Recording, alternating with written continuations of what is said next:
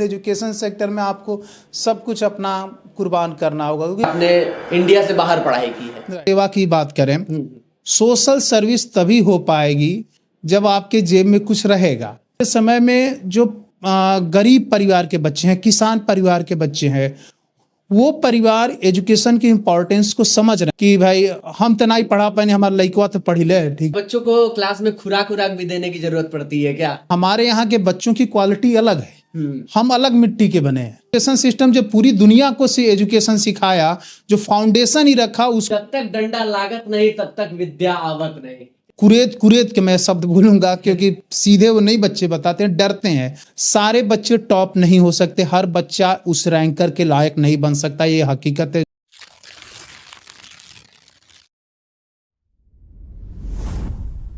आज मैं आपको एक ऐसे शख्स से मुलाकात कराने वाला हूं जिन्होंने एक छोटे से क्षेत्र को कुछ अलग ही पहचान दी और अपनी शुरुआत से इस क्षेत्र में एक अलग ही डंका बजा दिया। हमारे साथ हैं डॉक्टर पंकज तिवारी जी, जिन्होंने महाराजगंज कस्बे में एक छोटा सा संस्थान आरपीआईसी इंटरमीडिएट कॉलेज और पीएसएस कॉलेज को खोल के इस क्षेत्र के बच्चों के लिए कुछ अलग ही योगदान दिया इन्होंने। तो आज साथ ही इनके साथ जुड़ेंगे और बहुत ही सवालों पर चर्चा करेंगे, इनके जीवन से लेकर और अभी तक आखिरकार क्या क्या घटनाएं हुई और किस तरीके से इन्होंने इस जगह पे आके और कितनी भूमिका इस क्षेत्र में इनकी रही। स्वागत है आपका पंकज। धन्यवाद। अगर देखा जाए तो शुरुआत आपकी हुई कहाँ से, ये जरा से समझा दीजिए। देखिए, अगर शुरुआत कहा जाए तो मैं एकेडमिक रूप से 12th तक तो मेरी शिक्षा यहीं पर हुई है। 12वीं तक मैंने यहीं पढ़ाई किया, कॉमर्स बैकग्राउंड मेरा रहा है। उसके बाद इलाहाबाद यूनिवर्सिटी से मैंने बीकॉम ग्रेजुएशन किया मैंने। उसके बाद जैसा एमबीए के सेक्टर में मेरा इंटरेस्ट था, सीए में भी था, सीए मैंने फाउंडेशन क्लियर किया था, लेकिन उसके बावजूद मेरा इंटरेस्ट एक सिंगल सेक्टर में था कि मैनेजमेंट के सेक्टर में जाने का। तो कैट का एग्ज़ाम दिया, उसके बाद आईएमएम से एमबीए मैंने कंप्लीट किया अपना। एमबीए के दौरान भी मैंने छोटी मोटी जॉब किया था, लेकिन हाँ कहें लॉन्ग टर्म की कोई ऐसी जॉब नहीं थी। उसके बाद जॉब मैंने कि एनडीटीवी प्रॉफिट में एक लंबा समय मैंने बिताया, फिर उसका शेयर ब्रोकिंग कंपनी में मैं रहा लंबे समय तक। जो मेरा अगर कहा जाए एजुकेशन सेक्टर से जो इन्वॉल्वमेंट रहा वो यहीं से चालू हुआ, शेयर मार्केट के इसी सेक्टर से ही, ब्रोकिंग हाउस में ही। आप कुछ लोगों को शायद आइडिया हो, शेयर मार्केट के एजुकेशन के लिए एक अलग अलग इंस्टीट्यूट उस वक्त खुल रहे थे, BIFM करके या कई तरह के इंस्टीट्यूट्स थे। तो उसी सिलसिले में एक इंस्टीट्यूट खोला गया जो डिवीज़न को मेरे ऊपर ही छोड़ा गया था, और तब मुझे एजुकेशन सेक्टर के बारे में नॉलेज हुआ कि ये सेक्टर होती है, इस तरह की यूनिवर्सिटियाँ होती हैं या इस तरह का काम होता है। वहाँ से कहा जाए, बल्कि उस वक्त तक मेरा लेन देन इस सेक्टर से था ही नहीं। मीडिया सेक्टर का बंदा था मैं, उस तरफ मेरा उसी तरफ इंटरेस्ट था। लेकिन जब वो डिवीज़न खुला शेयर मार्केट का, वो डिवीज़न की एजुकेशन लेने के लिए, तब मैं उस तरफ घुसा। उस तरफ मैंने देखा कि इन चीज़ों के हाँ, क्योंकि डिप्लोमा प्रोग्राम के साथ साथ यूनिवर्सिटी प्रोग्राम भी उस वक्त चलाए जा रहे थे, तो उसके बारे में नॉलेज हुआ, उन चीज़ों को आगे बढ़ा मैं। अब उसके बाद एकेडमिक की बात करें तो यहाँ घर पर सिनेरियो ये था कि भाई माताजी पिताजी लोग यहाँ पढ़ते, भाई लोग बाहर ही पढ़ते थे, तो आना जाना अक्सर लगा रहता था। तो ये चीज़ें सोचा गया कि हाँ भाई यहाँ पर भी हम कुछ कर सकते हैं, ऐसा सेटलमेंट या इस तरह की कुछ चीज़ें की जा सकती है। तो हमने बीएसएस की एक तरह से फाउंडेशन डाली और ये चीज़ें प्रारंभ हुई। बीएसएस के बाद जो उससे बन पाया, जो चीज़ें निकली आरपीआईसी यहाँ पे, और यही चीज़ें हमारे जो भी है आपके समय में जो आज देख रहे हैं, वही धीरे धीरे जो ग्रोथ किया हमने किया, और एक लगाव भी हो गया। नो डाउट अगर आप एजुकेशन सेक्टर कहेंगे तो ये कहें कि सिर्फ फाइनेंशियल पर्पस से या एक जनरल इंटरेस्ट से आप नहीं बढ़ सकते आगे, उसमें आपको बेसिक एक कुछ अलग चाहिए। क्योंकि मैं अक्सर कहता हूँ कई मंचों पर कि अगर आपको पैसा कमाना है तो बहुत सारे काम धंधे हैं।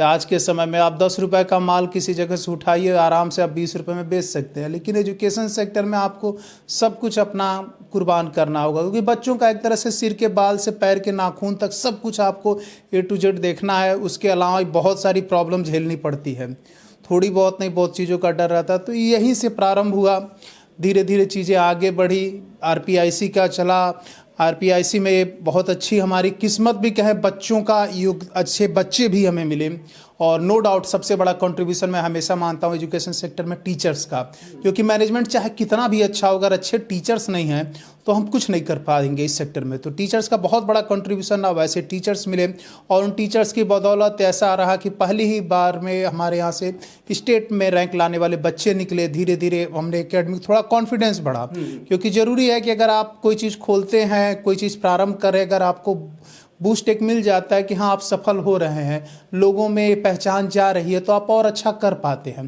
तो वही हम कहेंगे कि हमारी थोड़ी किस्मत की बात भी कहेंगे, लग भी रहा, हम ये भी मानते हैं, थोड़ा हमें अच्छे टीचर्स मिले, थोड़ा इन्वायरमेंट मिला, बच्चे ऐसे मिले, नो डाउट कि हम ये चीज़ों में आगे बढ़ पाएँ।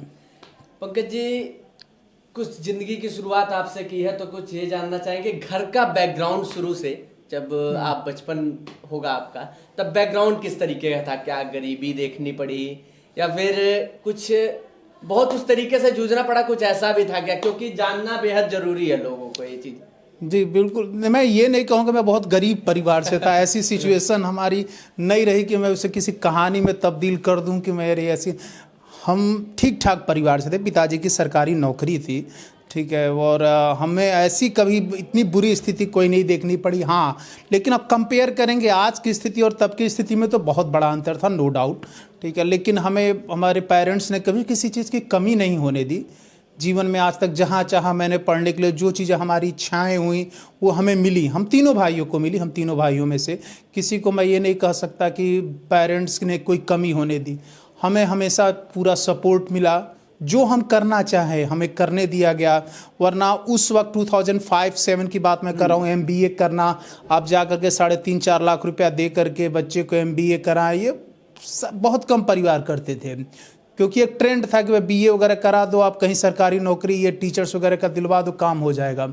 लेकिन उस वक्त अगर मेरे पेरेंट्स ने इनिशिएट लिया, नो डाउट मैं उतना खुशकिस्मत हूँ, और साथ ही साथ फैमिली में भी सभी कहूँगा, अपने दोनों भाइयों को भी, कि वो पेरेंट्स मिले हमें इस तरह की कभी नहीं हुआ। लेकिन हाँ, अगर ये कहेंगे कि हमारे पिताजी का बैकग्राउंड एक अलग था, ब्लॉक में एक सेक्रेटरी के रूप में उन्होंने कई जगह पे यहाँ पे आसपास में काम किया, लंबे समय तक रहे। लेकिन हमारा कुछ एजुकेशन सेक्टर से लेना देना दूर दूर तक नहीं होता। ये मैं कहूँ, अगर वो तार जुड़ा है, अगर एक दूसरे से जुड़ता चला आया यहाँ तक, तो वो प्रारंभ वहीं से हुआ कि जहाँ मैं कंपनी में काम करता था, उसका एक छोटा सा सेक्टर खुला फाइनेंशियल मार्केट में नॉलेज के प्रति, जो सेक्टर खुला, एक इंस्टीट्यूट खुला। इंस्टीट्यूट का नाम मैं नहीं लेना चाहूँगा क्योंकि वो बात अब अलग है, आज के समय बहुत सफल है इंस्टीट्यूट्स भी। तो उसके फाउंडेशन में, यहाँ तक मैं कहूँगा उसके नामकरण से लेकर लोगों तक में सब वो मेरा कॉन्सेप्ट था। और ऐसी ऑर्गेनाइजेशन मिली जिसने मुझे इतनी फ्रीडम दिया, इतना मुझे करने का मौका दिया, तो उनकी वजह से तार जुड़ते चले गए जो उस सेक्टर में गए। और उसके बाद पेरेंट्स की भी मदद मिली कि हाँ भाई, एक आप इंफ्रास्ट्रक्चर खड़ा करें कि ये चीज़ें कर सकें। तो धीरे धीरे जुड़ती चीज़ें चली गई। और यंग जनरेशन में एक चीज़ ये भी रहती है कि आप क्रिएटिव कुछ कर पाते हैं। एक उम्र के बाद आपको कुछ करने के लिए ज़्यादा कुछ रहता नहीं है, लेकिन हाँ एक है कि भाई हम लोग जल्दी जल्दी कुछ चीज़ें कर पाते। लोग अक्सर कहते हैं कि आप कम समय में कई चीज़ें किए हम लोग, तो भाई कहे तो वो कम उम्र में हमें वो मिला, एक तरह से कहा जाए, चीज़ें हमें सपोर्ट मिला, हमें साथ मिला, थोड़ा क्रिएटिव माइंड रहा कि हम चल पाएँ, तो चीज़ें सफलताएं मिलती चली गई, एक क्रम बनता चला गया। मैं आपके बैकग्राउंड के बारे में पढ़ रहा था, तो मैंने सुना है आपने इंडिया से बाहर पढ़ाई की है। राइट, हाँ। तो वहाँ की लाइफ में और यहाँ की लाइफ में कितना अंतर है? पहली चीज़ मैं बता दूं, मेरा प्रेस्टन यूनिवर्सिटी जो यूनाइटेड स्टेट्स ऑफ US की है, तो ऐसा नहीं कि पूरी पढ़ाई मैंने वहाँ पे की थी। इंटर्नशिप प्रोजेक्ट्स के लिए वहाँ मेरा भेजा जाता है, वहाँ से वो लिंक्ड होता है प्रेस्टन यूनिवर्सिटी का। तो लाइफ में तो नो डाउट हम लोग अगर बाहर के अब्रॉड कंट्रीज़ का देखते हैं तो बहुत बड़ा अंतर होता है, खासकर तब था। आज के समय तो इंडिया नो डाउट एक अपनी अच्छी पहचान बना चुका है, लेकिन तब के समय में तो एक पहचान में, एक डिफरेंसेस में अंतर था। आप वही चीज़ समझ सकते हैं अगर जिस डिफरेंस को आप समझ रहे हैं। जैसे हम यहाँ से, अगर हम इस एरिया से बाहर कहीं जाते हैं, तो सबसे पहली प्रॉब्लम लगता है मुझे स्टूडेंट्स को उस समय जो फेस करनी पड़ती थी, कम्युनिकेशन लैंग्वेज की। लैंग्वेज ना हो तो प्रोनाउंसिएशन की, कि कोई भी आपको एक धड़के में बोल देता है कि हाँ भाई आप बिहार से आए हो, कहीं पर्टिकुलर एरिया से आए हो, तो वो इफेक्चुअल आ जाता है। तो आप अगर इंडिया से बाहर जाते हो तो वही चीज़ें वहाँ पर भी इफेक्ट करती हैं कि आप इंडिया से गए हो तो कुछ चीज़ें जो आप यहाँ पर देख करके जाते हो वहाँ जाते हो तो अंतर मिलता है, ठीक है। लेकिन धीरे धीरे हमें इस चीज़ का भी एहसास होने लगता है कि ऐसा नहीं कि हम बहुत पीछे हैं या ऐसी चीज़ें। आज के समय इंडिया का तो नो डाउट वो पोजीशन बन चुकी है कि आप इंटरनेशनल से लेकर नेशनल कहीं पर भी अपने आप को प्रेजेंट कर सकते हैं। तो ये चीज़ें होती हैं। हाँ, एकेडमिक की अगर बात किया जाए एमबीए मैनेजमेंट वगैरह के कोर्सेज में तो वहाँ प्रैक्टिकल लाइफ पर ज़्यादा फोकस्ड है लाइफ हमारी, कि वहाँ पर प्रैक्टिकली सारी चीज़ें, बुकिश नॉलेज कम है। सेमेस्टर वाइज की जो हमारे यहाँ पढ़ाई की जाती है वहाँ पर ज़्यादातर फोकस किया जाता है कि आपकी प्रैक्टिकल नॉलेज हो। जैसे कि आप किसी बड़े एमबीए कॉलेज में तो ये मत सोचिए कि आपको किसी एसी रूम में बैठ करके बुक या कुछ मिल जाएगा आप वहाँ पढ़ते रहेंगे, नहीं।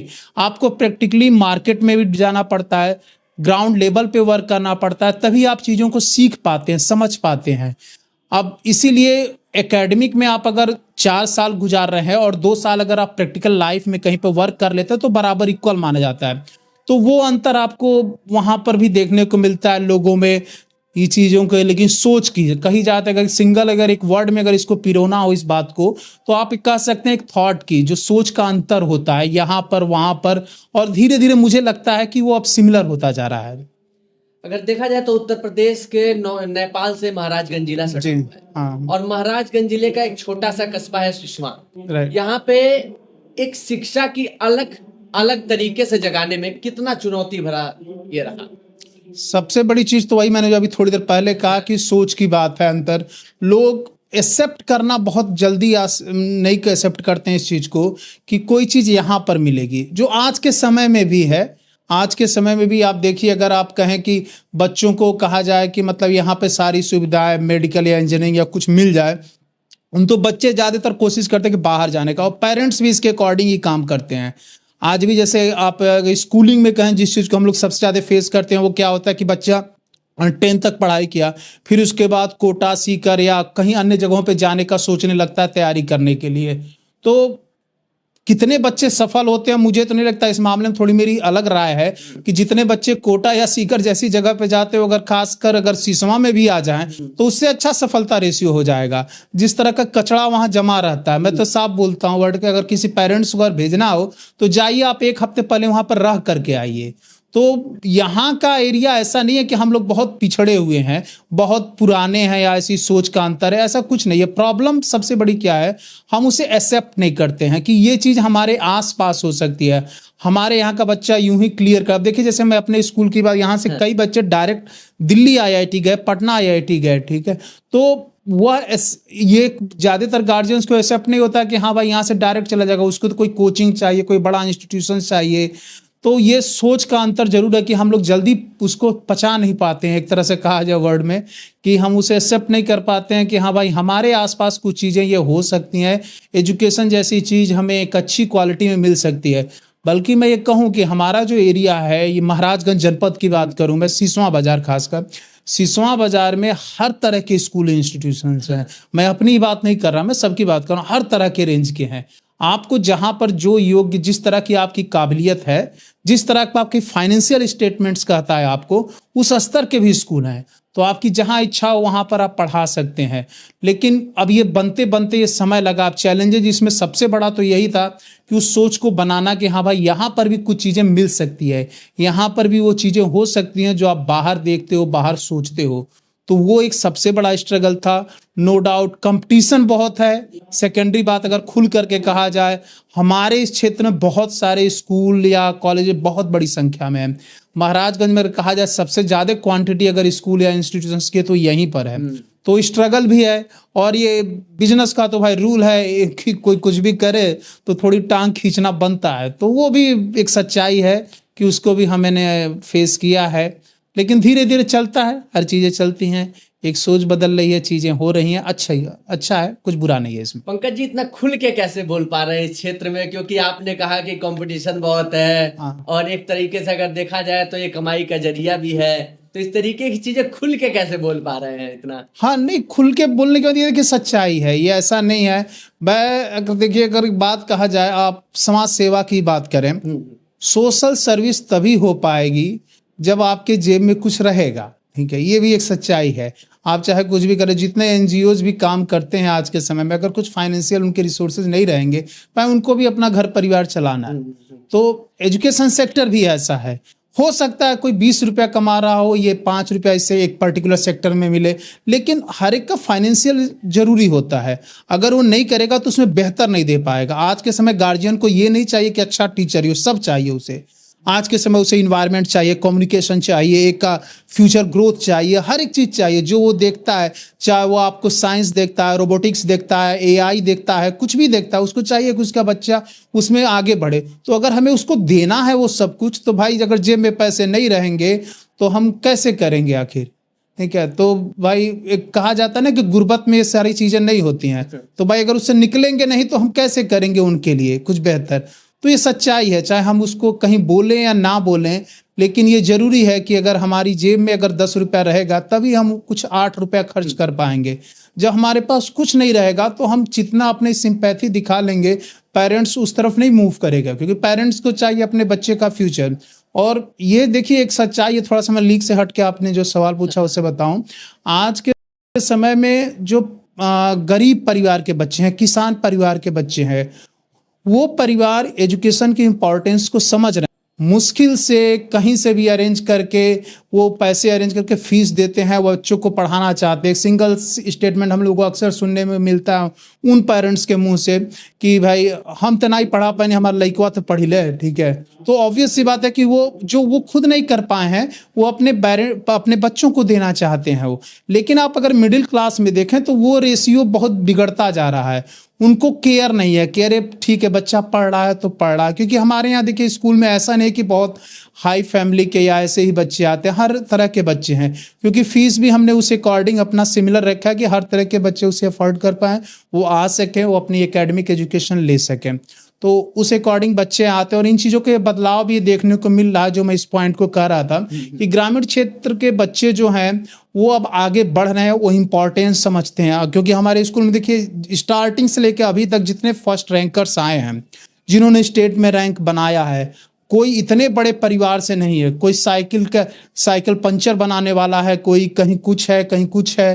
ठीक है, कोई इतनी बड़ी फैमिली वाले बच्चे, क्योंकि वो इम्पोर्टेंस उसकी समझ रहे हो, मेहनत कर रहे हैं, तो बदलाव भी दिख रहा है। अच्छा, बच्चों को क्लास में खुराक भी देने की जरूरत पड़ती है क्या? वो तो जरूरी है, वो जरूरी है। भले आज के समय एजुकेशन सिस्टम में कहा जा रहा है कि भाई बच्चों के ऊपर बोझ ना बनाइए, बच्चों के ऊपर छड़ी ना उठाइए, लेकिन बच्चे हैं किस तरह के ये भी तो जरूरी है। हमारा एजुकेशन सिस्टम सुनने के लिए ठीक है कि भाई आप बच्चों के ऊपर हाथ ना उठाएं, ठीक है, मैं मानता भी उस चीज़ को। शायद हमारे बच्चे हम नहीं कहेंगे कि उनके ऊपर हाथ हो, लेकिन यह समझिए इस चीज़ को कि ये जरूरी भी है। हर तरह के बच्चे सेगमेंट है। हम न्यू एजुकेशन पॉलिसी की बात कर रहे हैं, यूरोपियन कंट्रीज को हम फॉलो कर रहे हैं, लेकिन आप इस चीज़ की समझिए कि हमारे यहाँ के बच्चों की क्वालिटी अलग है, हम अलग मिट्टी के बने हैं। अगर इसका एक परिभाषा देखना हो, आप कोविड के समय को याद कर लीजिए। कोविड के समय में यूरोपियन कंट्रीज के क्या हाल थे, हमारे क्या हाल थे। तो सिंपल सी चीज़ है, हम अलग मिट्टी के बने हैं और कहाँ हम नहीं सफल हैं। अगर ये कोई अगर कहता है कि सफल नहीं है एजुकेशन सिस्टम, हमारा एजुकेशन सिस्टम इतना बेकार है, अरे भाई जाके देखिए, अब आज भी यूएस के सिलिकॉन वैली में ज़्यादातर हमारे यहाँ के ही लोग बैठे हैं। जो अगर टॉप मैनेजमेंट की बात करेंगे, यहीं के लोग बैठे हुए हैं। तो ऐसा नहीं है, हमारा एजुकेशन सिस्टम जो पूरी दुनिया को एजुकेशन सिखाया, जो फाउंडेशन ही रखा, उसको आप अगर कह रहे हैं एजुकेशन सिस्टम बेकार है। एनईपी को लाना शायद अभी गवर्नमेंट को कुछ सोचना चाहिए। एनईपी को इम्प्लीमेंट करने से पहले अगर इतना अच्छा अगर होता तो अब तक शायद एनईपी अच्छी तरीके से लागू हो गया होता। आज भी पिछले इतने सालों से एनईपी कहा जा रहा है, लेकिन न्यू एजुकेशन पॉलिसी को प्रॉपर इम्प्लीमेंट नहीं किया गया। क्यों? क्योंकि भाई शायद सरकार भी समझ पा रही है उस चीज़ को। तो हमारे यहाँ के बच्चे अलग हैं। अगर आप कहें कि उन पर छड़ी ना उठाई जाए, उन पे बुक्स का प्रेशर ना डाला जाए, अरे हमारे यहाँ उसी मिट्टी के बने हैं। अगर आप छड़ी नहीं उठाएंगे तो कई तरह की चीज़ें हैं। अगर उसमें अगर कोई प्रॉब्लम होती तो आज इतने हम सफल नहीं होते। तो छड़ी ना उठाना या प्रेशर ना डालना, वो चीज़ें कोई मुझे नहीं लगता कि वो हर जगह ज़रूरी है। हो सकता है कुछ एरिया में ना हो, लेकिन हमारे यहाँ मुझे लगता है या हमारे सिस्टम में ज़रूरी है वो। पता है मैंने ये शब्द क्यों कहा? एक कहावत है ना, जब तक डंडा लागत नहीं तब तक विद्या आवत नहीं। इसलिए मैंने सोचा कि एक बार सवाल ये करना बेहद जरूरी है, क्योंकि इतने बड़ी जिम्मेदारी है, इतने बच्चों को पढ़ाना लिखाना है। अच्छा, इन इतने बच्चों को संभालना और कुछ अलग ही तरीके से ट्रीट करना, क्योंकि अभी तक मैं देख रहा हूँ कि लगभग जितने भी सालों में बोर्ड एग्जाम हुए हैं, जब से ये स्कूल खुला है तब से कहीं ना कोई रैंक आई जाती जी है बच्चों जी की। जी। तो इतनी मतलब इतना कंपटीशन में इस तरीके से कैसे हो पाता है? तो पहली चीज़ तो मैं ये कहूँगा, जैसा मैंने स्टार्टिंग में कहा कि टीचर्स, अच्छे टीचर्स इसकी सबसे बड़ी देन है कि वो टीचर्स हैं, उनसे समय समय पर मिल बातें करना कि बच्चों की उनको अच्छे से उनको गाइड किया जा सके। दूसरी सबसे बड़ी चीज़ है कि बच्चों को समझना भी ज़रूरी है। हर साल नए नए तरह के बच्चे आते हैं, कुछ पता चलता है कोई बच्चे कहीं के टॉपर रहे हैं। हमारे यहाँ 6 से स्कूलिंग है तो हम उसके बारे में इसलिए यहाँ से बता रहे हैं कि कहीं का कोई 5th में बच्चा था, टॉपर था, लेकिन हाँ क्या रियलिटी है, क्या किस तरह का उसका बेस रहा, चीज़ों को बच्चों को भी हमें समझना पड़ता है, एकेडमिक उसके अनुसार देने पड़ते। बच्चों की हम सुनते भी हैं, ये पॉइंट मैं हाईलाइट करना चाहूँगा। ज़्यादातर स्कूल्स में ये होता है कि बच्चों को सुना नहीं जाता, उनकी कंप्लेंट्स कि ये टीचर नहीं पढ़ा रहे हैं अच्छा, या इनके हम कई बार कहा जाए हर लगभग हफ्ते भर में एक बार जरूर हम बच्चों से मिलते हैं। कुरेद कुरेद के मैं शब्द भूलूंगा क्योंकि सीधे वो नहीं बच्चे बताते हैं, डरते हैं। डर ऑब्वियस सी बात है कि टीचर से हर एक के अंदर होता है बच्चों के। तो हम एक तरह से कहा जाए वर्ड यूज करें तो कुरेद कुरेद के हम उनकी हकीकत जानना चाहते हैं कि बच्चे समझ पा रहे हैं उन पर्टिकुलर टीचर को नहीं, या क्या प्रॉब्लम है, जैसा है उसके अकॉर्डिंग चेंज करना। क्योंकि जरूरी नहीं है कि एक क्लास में एक टीचर बढ़िया पढ़ा रहा है तो दूसरी क्लास में वही चीज़ हो, वो अंतर होता है, पढ़ने का समझने का भी तरीका है। तो बच्चों को समझना एक दूसरा पॉइंट मैं कहूँगा। तीसरा पॉइंट ये है, क्रीमी बच्चों को छांटना भी एक चीज़ है कि जो बच्चे बोर्ड एग्जाम्स के लिए हैं उस लायक, तो उन बच्चों को छांटना, उसको उसके लिए प्रिपेयर करना, उनको स्पेशल ट्रीटमेंट देना। सारे बच्चे टॉप नहीं हो सकते, हर बच्चा उस रैंकर के लायक नहीं बन सकता, ये हकीकत है जो हम सभी जानते हैं। भले हम कहते हैं कि सारे बच्चों को हम शिक्षा दे रहे हैं, लेकिन हाँ अगर आप टॉप रैंकर्स की बात करेंगे तो कुछ ही बच्चे, तो उन बच्चों को छांट करके उनकी स्पेशल कोई अगर प्रॉब्लम है, उनकी क्या रिक्वायरमेंट है, उसके अनुसार तक कार्य करना, उसके लिए अलग अलग से बैच बनाना। यहाँ तक कि हम बताएं, हम कॉपियों में लिखने के लिए बोर्ड एग्जाम में जो कॉपियाँ यूज होती हैं उस तरह की कॉपियाँ भी अलग से छपवाते हैं। एग्जाम में उन कॉपियों की प्रैक्टिस होगी जिसके लिए वो कंफर्टेबल रहें कि उनको लिख सके वो चीज़ों के लिए। तो बोर्ड एग्जाम की प्रिपरेशन, यही कुछ पॉइंट्स हैं जो हम मुख्य रूप से ध्यान देते हैं कि बच्चे, क्योंकि देखिए एक सामान्य बच्चा है जो पढ़ रहा है और जो बच्चा एक टॉपर है, उन दोनों में अंतर जरूर मिलेगा। एक हो सकता है जो टीचर आकर के पढ़ा के गए, एक बार में उसको समझ में आ गया, जो अच्छा बच्चा है। हो सकता है ऐसे बच्चा कोई हो जिसको 5 बार 6 बार में भी बताने के बाद नहीं समझ में आता है। उन बच्चों के लिए हम स्पेशली अलग से संडे वगैरह को क्लास चलाते हैं। और जो बच्चे ऐसे हैं जो टॉप रैंकर्स हैं या अच्छा कुछ कर रहे हैं, बेहतर कर रहे हैं, उनके लिए हम अलग से ट्रीट करते हैं कि उनको हम और आगे हम फोकस दे सकें। अच्छा, मेरा एक सवाल है, मुझे नहीं पता वो सवाल करना चाहिए या नहीं करना चाहिए। और लगातार पिछले वर्ष लगातार पेपर लीक हुआ, यूपीपी, आरओ, राइट। और उसमें फिर नॉर्मलाइजेशन लगाने की बात हुई, बच्चे उसके लिए रोड पे आए, प्रोटेस्ट किया, तब उनकी जाके बात मानी गई। क्या सरकार इतनी लापरवाह हो गई है या फिर उसके अंदर बैठे हुए अधिकारी इतने लापरवाह हो गए कि पेपर लीक हो जा रहा है? इसको किस तरीके से देखा जाए? देखिए, पेपर कराना इतनी बड़ी चीज़ नहीं है, मुझे लगता है। अब इसमें कहीं ना कहीं कुछ लूप होल है कि कहाँ पे क्या प्रॉब्लम हो रही है। इतनी बड़ी बड़ी एजेंसीज लगी हुई हैं, उसके बावजूद अगर इस तरह की चीज़ें हो रही हैं कि टीसीएस वगैरह जैसी एजेंसीज को अगर कॉपीज़ दी जा रही है प्रश्न पत्र बनाने के लिए, फिर भी इस तरह की प्रॉब्लम हो रही है, तो कहाँ हो रही है ये बात अलग है। लेकिन हाँ, ये जरूर है कि इसको ऐसा नहीं, इसको सॉल्व नहीं किया जा सकता। पूरी दुनिया में ये चीज़ हो रही है। आज के समय टेक्नोलॉजी कहाँ से कहाँ पहुँच गई है, लेकिन आज भी हम पेपर एग्ज़ाम कराने का वही धर्रा इस्तेमाल कर रहे हैं कि क्वेश्चन पेपर के बंडल जो है एग्जामिनेशन हॉल तक जाते हैं, उस दिन सुबह इतने बजे खुलता है। क्यों? थोड़ा सा इसमें भी तो परिवर्तन करें हम। जब टेक्नोलॉजी हमारे पास अच्छी खासी है, हर तरह की चीज़ें, हम कैमरे तक पर ही क्यों सीमित हैं? बहुत सारे संसाधन आज के समय आ गए हैं ऑनलाइन। मेरे ख्याल से इस चीज़ का सॉल्यूशन सबसे आसानी से बनाया, सेंट्रलाइज्ड एग्जामिनेशन सेंटर बनाए जाएं। हर डिस्ट्रिक्ट, हर ब्लॉक में कम से कम 2-2 ऐसे सेंट्रलाइज्ड एग्जामिनेशन सेंटर बनाए जाएं। टेंडर उसका दिया जाए, अगर कहीं पर भी कोई प्रॉब्लम निकलती हो अगर उसका टेंडर निरस्त कर दिया जाए। ऑनलाइन वहाँ पे आपके सेटअप कंप्यूटर सिस्टम किया जाए, ऑनलाइन एग्जामिनेशन हो। उसके कई फ़ायदे, एक आपकी सिक्रेसी रहेगी, कहीं कोई प्रॉब्लम नहीं होने वाला, सीधे के सीधे पेपर वहाँ सीधे आपको सिस्टम पर शो ऑफ होगा। कॉपियां चेक होने में समय कम लगेगा, सबसे बड़ी प्रॉब्लम है। क्योंकि अब देखिए इस बार एग्ज़ाम जो है लेट होने जा रहा है। जब लेट होगा बोर्ड एग्ज़ाम तो ऑब्वियसली बात है रिजल्ट भी लेट होगा। जब रिजल्ट लेट होगा तो जो कॉम्पिटिटिव एग्ज़ाम्स हैं उससे बच्चे वंचित रह जाएंगे, तो ये भी सॉर्ट आउट हो जाएगा। तो इसका देखिए आज नहीं तो कल ये चीज़ गवर्नमेंट को करना पड़ेगा कि एक सेंट्रलाइज्ड सिस्टम बनाया जाए, इसके लिए अलग उसके स्पेशल केंद्र बनाए जाए, उन केंद्रों पर सिर्फ एग्ज़ाम हो और कुछ हो ही ना। एजुकेशन सेंटर जहाँ पर पढ़ाई दी करवाई जा रही है वहाँ पर परीक्षा केंद्र होना ही नहीं चाहिए कायदे से, ठीक है। आप उसके लिए स्पेशलाइज्ड अलग अलग सेंटर बनाएं, उसको अलग अलग तरह के, क्योंकि कुछ समय पहले एक बार पैनल पर भी मैंने ये बात कहा था ये कि अलग अलग उसके स्पेशलाइज्ड, अब हर ब्लॉक में जैसे मान लीजिए सिसवा रहा, आप यहाँ पर 2 सेंटर बनवा दीजिए। बहुत सारे लोग आवेदन करेंगे जिनका उसमें आप एलिजिबिलिटी रख दीजिए, भाई इतने कंप्यूटर 400-500 कंप्यूटर से इतना बड़ा एरिया हो, उसमें लोग करेंगे क्योंकि उनको प्रॉफिट मिला। उसके चार्जेज आप बच्चों से लीजिए। आखिर वैसे भी एग्ज़ाम के नाम पर हम बच्चों से चार्ज लेते हैं, तो उसमें ऑनलाइन एग्ज़ाम के नाम पर थोड़ा ज़्यादा ले लीजिए, लेकिन इससे फ़ायदे कई होंगे। कहीं से कोई प्रॉब्लम नहीं होगी, कहीं तरह से पेपर लीक होने का या इस तरह की कोई समस्या रही नहीं जाएगी। हो सकता है ग्राउंड लेवल पे इम्प्लीमेंट करने में इसमें कुछ प्रॉब्लम है, शायद मैं ना समझ पा रहा हूँ, थोड़ी प्रॉब्लम होगी, लेकिन आज नहीं तो कल ये करना पड़ेगा। दुनिया की ज़्यादातर कंट्रीज में ये सब इम्प्लीमेंट हो चुका है। टेक्नोलॉजी के नाम पे आज भी हम लोग सीसीटीवी कैमरे, वॉइस रिकॉर्डर तक पर ही रुके हैं। थोड़ा सा उससे आगे बढ़ना पड़ेगा। अगर नहीं बढ़ेंगे तो ये चीज़ें होती रहेंगी। जो सेंटर पर जो हमारे सेक्टर बचे भी लाइक यूपीएससी वगैरह, अगर उसमें भी ये चीज़ें होनी चालू हो जाएंगी तो इस देश के लिए बहुत बड़ी प्रॉब्लम है वो, कि यूपीएससी जैसे लेवल पर ये चीज़ें होनी चालू हो जाएंगी। अभी तो आज के समय आप छोटे लेवल पर देख रहे हैं, लेकिन हो तो रहा ही है। तो हो सकता है शायद हमें पता न चल रहा हो, जैसा नीट का हुआ। एक बार अगर ये डिक्लेयर हुआ तो हमें पता चला हो, अगर आने वाले समय ऐसे अगर कल को हमें ये पता चलता है कि यूपीएससी में भी ऐसा हो रहा होता तो सोचिए कि क्या हाल होगा। तो इस पर तो सोचना पड़ेगा। इसके लिए बेहद जरूरी है समझना और सोचना, क्योंकि शासन में इतने बड़े बड़े ओहदे पे अधिकारी बैठे हैं जो बहुत पढ़ लिख के जाते हैं वहां पे, और समझने बूझने और प्रदेश को, राज्य को चलाने में बहुत बड़ी भूमिका रहती है। तो आशा है इन चीजों को आगे चल के ठीक किया जाएगा, बच्चों का भविष्य ना बर्बाद किया जाएगा। बाकी हमारा ये पॉडकास्ट आपको कैसा लगा?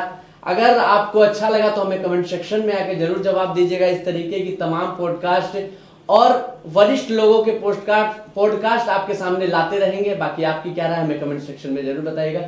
जय हिंद, जय भारत।